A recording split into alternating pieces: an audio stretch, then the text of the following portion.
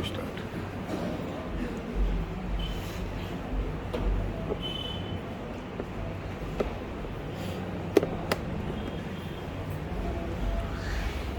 نحمده ونصلي على رسوله الكريم، اما بعد،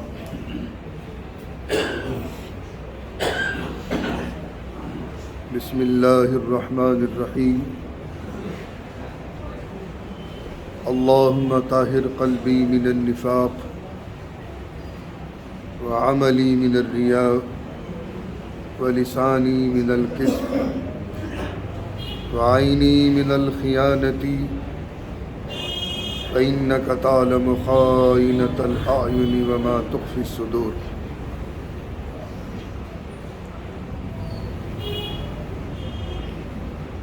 عزیزان گرامی،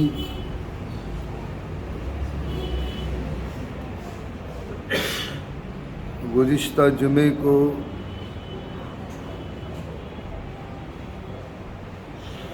حافظ قرآن کے فضائل اور اس کا مرتبہ کیا ہے،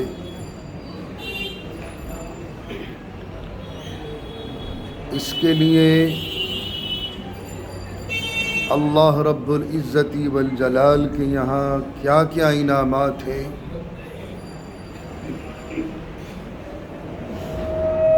وہ ساری تفصیلات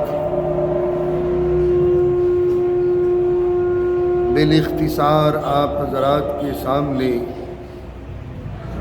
گزشتہ جمعے کے درس میں آ گئی تھی۔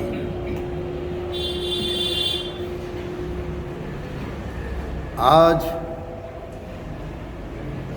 سب سے پہلے ایک تعزیتی پیغام دینا ہے مدرسہ رحیمیہ اہل مہدیان کو۔ مہدیان کے مدرسے میں ایک استاد تھے اور مرکزی ہلال کمیٹی جامع مسجد کے سیکریٹری بھی تھے، اور مدرسہ مہدیان کے شیخ الحدیث بھی تھے، حضرت مولانا مفتی عزیز الرحمن صاحب چمپارنی رحمۃ اللہ علیہ۔ ان کا پرسوں انتقال ہو گیا ہے۔ بہت لائق فائق عالم دین تھے، بخاری کے پڑھانے والے شیخ الحدیث بھی تھے، میرے بہت قریبی، اور ہلال کمیٹی کا ممبر ہونے کی حیثیت سے میرا ان سے بہت قریبی تعلق بھی تھا۔ بہت سے مقامات پر اللہ نے ان کی خدمت کا موقع بھی دیا۔ بہرحال مدرسہ مہدیان کے لیے یہ بہت بڑا خسارہ ہے۔ جو خلا خالی ہو گیا علماء دین سے، اس کا پر ہونا تو بہت مشکل نظر آ رہا ہے آج کے دور فتن میں۔ میں اپنی طرف سے اپنے مسجد کے متولیان اور مصلیان اور اہل علاقہ کی طرف سے اس مدرسے کے ذمہ داران کو تعزیت پیش کرتا ہوں، اور دعا گو ہوں بارگاہ قدسی میں کہ اللہ رب العزت والجلال مفتی صاحب کی مغفرت فرمائے اور ان کو جنت الفردوس میں اعلیٰ سے اعلیٰ مقام عطا فرمائے، ان کے وارثین پسماندگان کو صبر جمیل عطا فرمائے، اور مہدیان مدرسے کو اللہ تعالیٰ ان کا نعم البدل عطا فرمائے، آمین یا رب العالمین۔ عزیزان گرامی، نبی پاک صلی اللہ علیہ وسلم کے ارشادات عالیہ ہیں کہ 3 چیزوں کا دیکھنا عبادت ہے۔ 3 چیزوں کا دیکھنا عبادت ہے۔ نمبر 1 خانہ کعبہ، اللہ کے گھر کو دیکھنا بھی عبادت ہے۔ جو حضرات عمرے پر جاتے ہیں یا جو حجاج اکرام حج کو تشریف لے جاتے ہیں، یہ تو بہت ہی باسعادت مند افراد میں سے ہیں کہ جن کی حاضریاں وہاں بار بار نصیب ہوتی ہے۔ بڑا خوش نصیبہ ہے کہ عمروں کے نیت سے آپ تشریف لے جا رہے ہیں، حج کرنے کے لیے آپ نے فارم فل کر رکھے ہیں، تو بہرحال یہ تو بڑا نصیبہ ہے۔ اللہ کے گھر کو دیکھنا دوران طواف، ایک مسئلہ ذہن نشین فرما لیں، طواف ایک مستقل عبادت ہے۔ نیچی نگاہ کر کے اللہ کے گھر کا طواف کرنا ہے۔ یہاں تک کہ دوران طواف آپ خانہ کعبے کو بھی نہیں دیکھ سکتے۔ مناسک حج میں جو دعائیں طواف کرنے کی چکر کی لکھی ہے ہمارے مناسک حج میں علماء نے، ان دعاؤں کو پڑھتے رہو، ہر چکر کی دعا الگ ہے۔ لیکن اگر وہ دعا یاد بھی نہیں ہے تو تیسرا کلمہ پڑھتے رہو، ربنا آتنا فی الدنیا، یہ آیت پڑھتے رہو۔ اگر یہ بھی یاد نہیں ہے تو میں اپنی ہی دعائیں مانگتے رہو۔ دوران طواف سیلفیاں لینا بالکل ناجائز ہے۔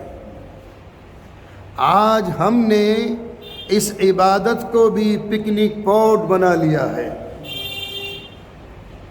سیل فون ہاتھ میں ہے، ویڈیو کالز وہاں سے ہو رہی ہیں، اپنی ساری حرکتیں دکھا رہا ہے گھر والوں کو۔ دوران طواف اگر آپ یہ حرکتیں کر رہے ہو تو گویا کہ تم طواف نہیں، طواف کے ساتھ مذاق کر رہے ہو۔ اللہ کی عبادت ہے، طواف کرنا مستقل عبادت ہے۔ آپ کو سیلفیاں لینی، فوٹوگرافری کرنی ہے تو بعد میں کر لو، لیکن دوران طواف یہ تمام چیزیں کرنا بالکل ناجائز اور حرام ہے۔ طواف کرو، انسانیت کی جون میں رہ کے طواف کرو۔ وہاں تو گنہگار بندہ بن کر طواف کرنا ہے، وہاں باغی بن کر طواف نہیں کرنا خدا کا۔ یہ عبادت کی توہین ہے۔ آج ہم نے اس کو پکنک اسپاٹ بنا لیا، اس مقدس عبادت کو بھی۔ خدا کے واسطے ان حرکتوں سے باز آ جاؤ، ورنہ نظام کائنات بدل رہا ہے۔ آنے والے حالات کا علم اللہ کو ہے۔ ہم خود صحیح ہو جائیں، ساری دنیا صحیح ہو جائے گی۔ ایک ہو جاؤ اور نیک ہو جاؤ، پھر دیکھو کائنات کا پانسا کیسے پلٹتا ہے۔ اس عبادت کو عبادت رکھو، اس کا مذاق مت اڑاؤ۔ طواف کرتے کرتے تھک گئے، بیٹھ جاؤ مطاف میں، اللہ کے گھر کو دیکھتے رہو۔ اس خانہ خدا کو دیکھنا بھی عبادت ہے۔ یہ حدیث مبارکہ کے الفاظ ہیں۔ دوسری چیز، اللہ کا کلام قرآن پاک، اس کا پڑھنا بھی عبادت، اس کا سمجھنا بھی عبادت، اور سمجھ کر عمل کرنا یہ عبادتوں کی عبادت ہے۔ لیکن اگر کوئی بندہ خدا، بندی خدا اس کو پڑھنا نہیں جانتے یا نہیں جانتی، وہ ناظرہ بھی نہیں پڑھ سکے، تو محدثین نے اسی حدیث کے ٹکڑے کی تشریح فرمائی، اگر آپ پڑھنا بھی نہیں جانتے کلام پاک کو، آپ پڑھنا بھی نہیں جانتی کلام پاک کو، تو کلام پاک کو کھولو اور اس کے ورقوں کو پلٹو، اور اس کے ورقوں کو پلٹنے کے بعد اپنی انگلیاں اس کے ورق پر پھیرتے رہو اور یہ کہتے رہو کہ یہ اللہ کا کلام ہے، یہ اللہ کا کلام ہے، یہ اللہ کا کلام ہے، تو اس انگلی پھیرنے پر بھی تمہیں پڑھنے کا ثواب ملے گا۔ یہ ہے کلام پاک کی عظمت۔ یہ بین الطفتین جو قرآن ہے، دو گتوں کے بیچ میں، یہ اللہ کا کلام ہے، اور دنیا کی تمام نسل انسانی میں پہلا اس امت کا انسان ایسا ہے جو حافظ قرآن بنتا ہے۔ ملائکہ بھی قرآن پاک کو پڑھنا نہیں جانتے سوائے جبرائیل امی علیہ الصلاۃ والتسلیم کے، وہ تو حافظ ہیں۔ سارے ملائکہ دنیا میں اترتے ہیں، اور جو بندہ بندی خدا قرآن کو پڑھنے بیٹھتے ہیں، پڑھ رہے ہیں، ان کا آن کر کلام پاک اپنے کانوں سے ملائکہ سنتے ہیں، وہ سننے کے مشتاق ہیں، سوائے جبرائیل کے کلام پاک اور فرشتے نہیں جانتے پڑھنا۔ جبرائیل امی حافظ قرآن ہے۔ رمضان شریف میں حضور کے ساتھ آن کر دور فرمایا کرتے تھے، جیسا ہمارے یہ مکتب کے بچے اپنے مدرسوں میں بیٹھ کر یہ کلام پاک کے حافظ رمضانوں میں ایک دوسرے کے لیے دور کرتے ہیں، وہ سنتا ہے پھر دوسرا سناتا ہے، پھر وہ سنتا ہے پھر دوسرا سناتا ہے، ایسا دور فرماتے تھے۔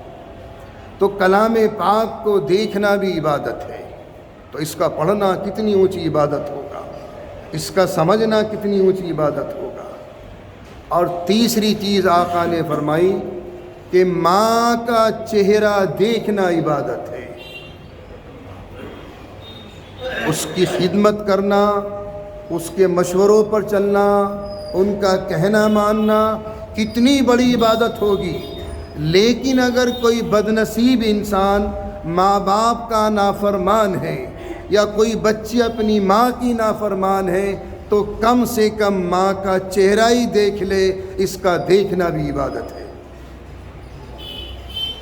اور حافظ قرآن کا مقام کیا ہے؟ لحامل القرآن دعوت مستجابہ، رواہ کنز العمال، کہ قرآن پاک کا حافظ بھی مستجاب الدعوات ہوتا ہے، اور مستجاب الدعوات اس بندے کو کہتے ہیں جو اللہ سے کہہ دے اللہ اس کو قبول کر لیتا ہے۔ انشاءاللہ باقی تفصیل آئندہ جمعے کو آئے گی۔